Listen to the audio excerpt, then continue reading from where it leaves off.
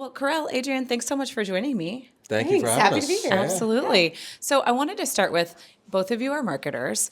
I think one thing that's really important, and sometimes we forget about marketing, is that there's a human being behind the screen or behind the advertising or whatever. How do you, Adrianne, think about like the human that you're marketing to? Yeah, I know. It is so easy to treat humans or consumers as just a piece of data.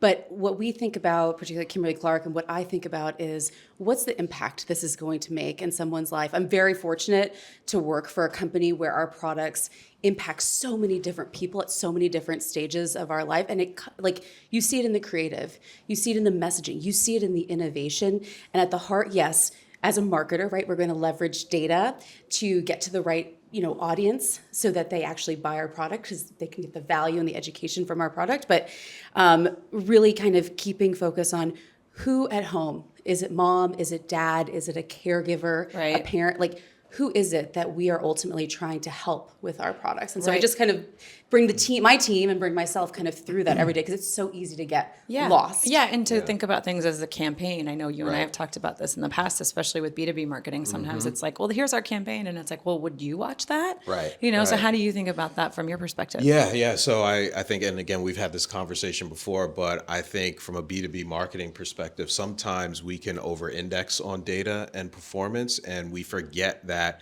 even in B2B, you are still marketing and speaking with a human and a consumer, Yeah, right? And a so human being. how Yeah. do we... Just because they're a business decision maker. Right, Yeah.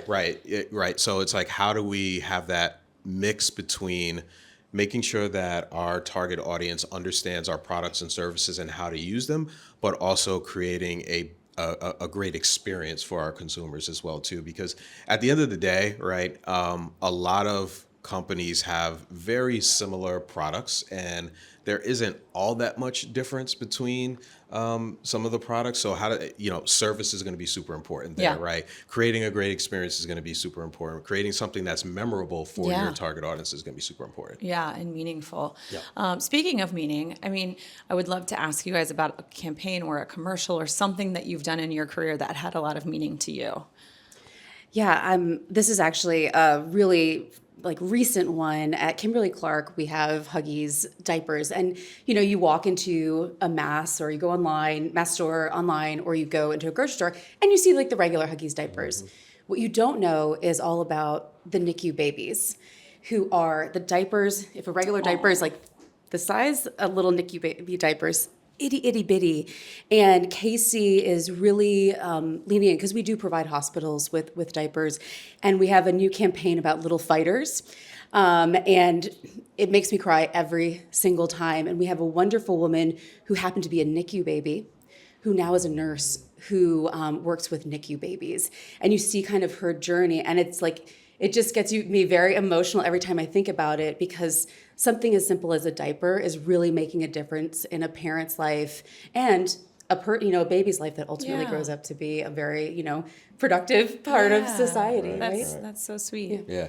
For me, from a B2B perspective, I'll just go back to a few weeks ago at Possible. I think the activation that we did as a company there was very memorable for those who engaged with us in our space. And we had a great dinner one night with DJ Khaled as well, too. And so just going back to, again, creating a memorable experience for our customers is super important. And what was great for me was just to hear all of the feedback that we got, unsolicited feedback from our customers, from prospects that were there about how much they enjoyed that experience. Yeah. I love that. Very cool.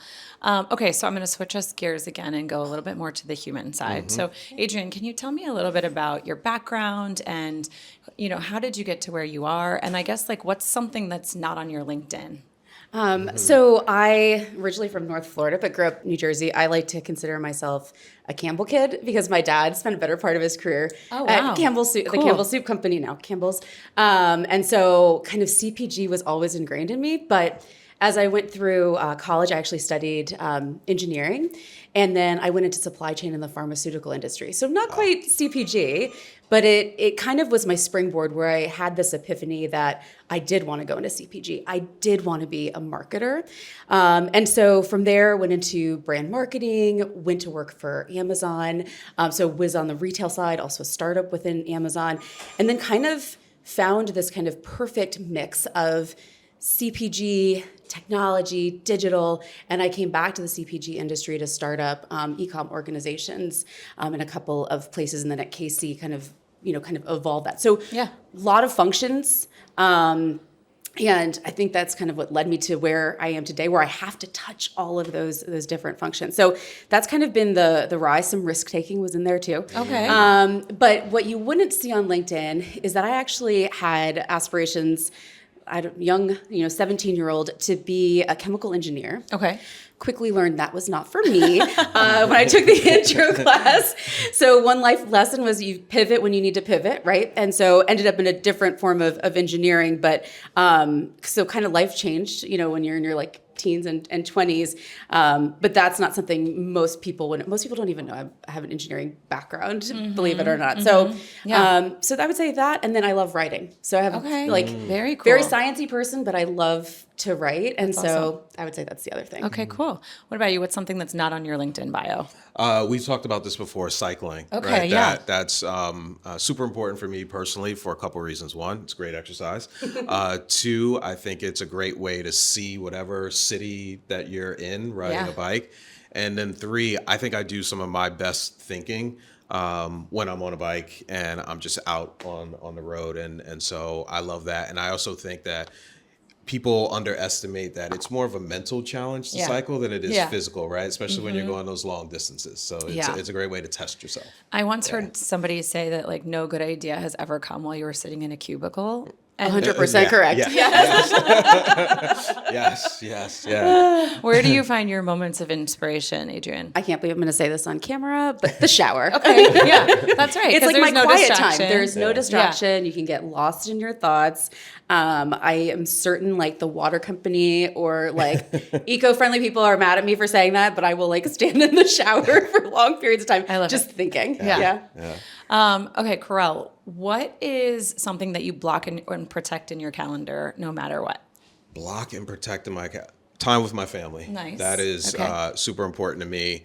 I have a 17-year-old daughter. I have an 8-year-old daughter. My wife as well too. Just spending time with the three most important women in my life is super important. So when they have something to do, my kids keep me super busy too with all their activities. That is sort of no, we can't touch that time. I'm not flexible on that time. Yeah, I love it. Yeah. Adrianne, what's a value that you stand for that you will protect at all costs? Integrity.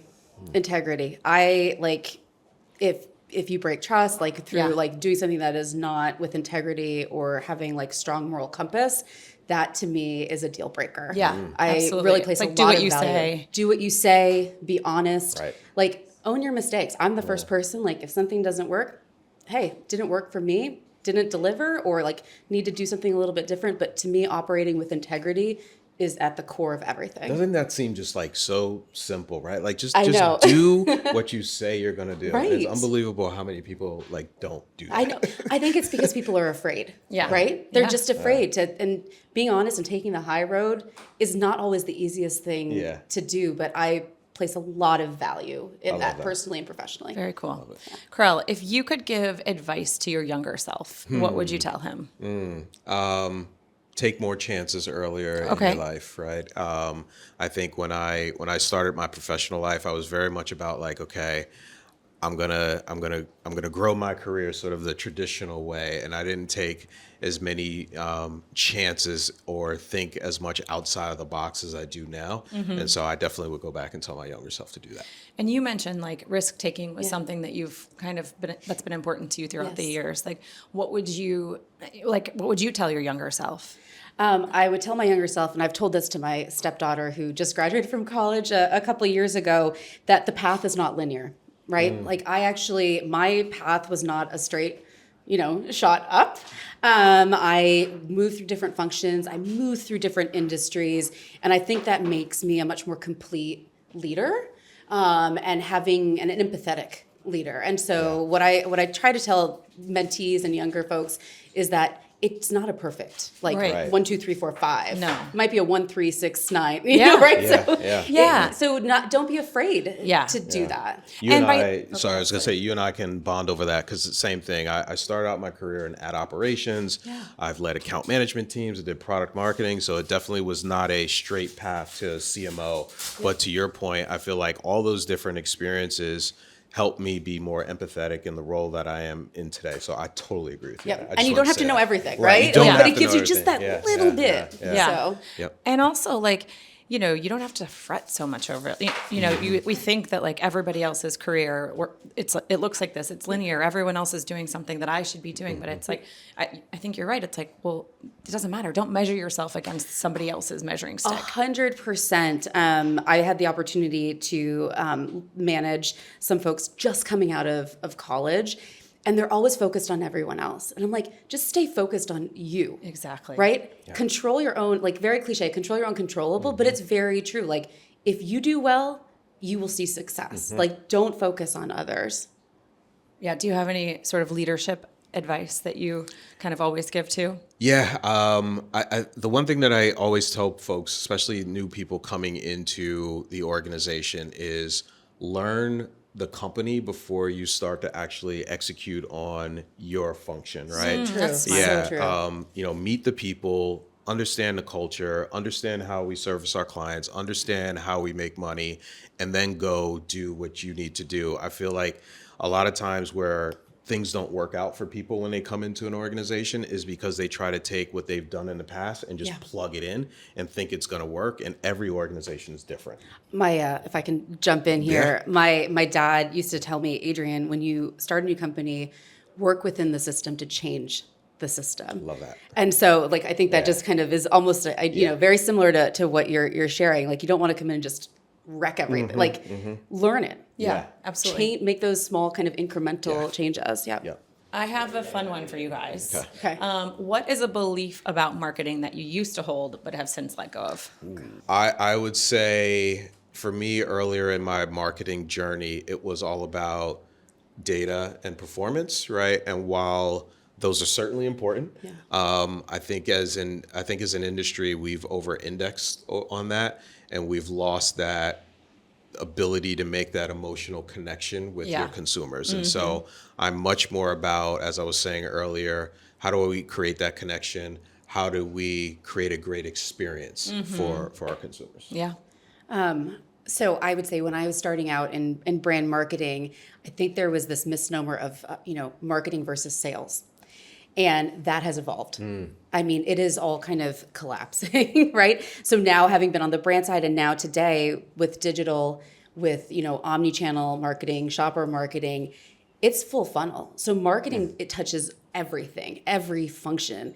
Even marketing, and especially like on retail side of things, even touches supply chain. So it is not just brand versus sales versus supply chain. We are all one team attacking the full funnel, if you want to call if you think the funnel still exists, right? That's what I was going to say. That's probably a whole nother discussion. Like, but it's all hands on deck, Yeah. right? And it's not just one person's job. It's not just the brand leader being like, that hub. Everybody is integrally, involved and responsible for the success of our brands and our businesses. Yeah, I like it. Yep. Okay, I have one last fun one. If you had to give a TED Talk tomorrow about anything not work related, what would you talk about? Anything not. I got it. You want me to go? Yeah, Okay. yeah. So I would say the title would be Trust, Work Ethic, and Formality. The impact of being the firstborn in the U.S. in a family on a person. Oh, I love that. I feel like that should be your book title. There you go. Well, I don't know if I have a title, but I would focus on anxiety. And what I mean by that is I think that we're all in our head way too much. Like we talk to ourselves more than we should. And we second guess ourselves, right? Yes. Especially in marketing and Yes. advertising. And so, talking about how to get out of your head and just doing what you feel is best and living with whatever the consequences are from that. I love that. I Yeah. love that. It's so true.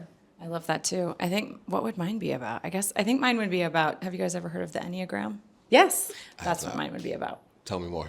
It's essentially this like personality test, and there's 9 different types. I could give a TED Talk on it, you know. at some point. There you go. But I think that's probably the thing I know, or the thing I know most intimately that's not work related in my life. So that's the one I'd probably pick. Love it. Yeah, cool. Well, thank you so much for joining me. I Thank really you for appreciate having having you me. guys. Yeah. Yeah.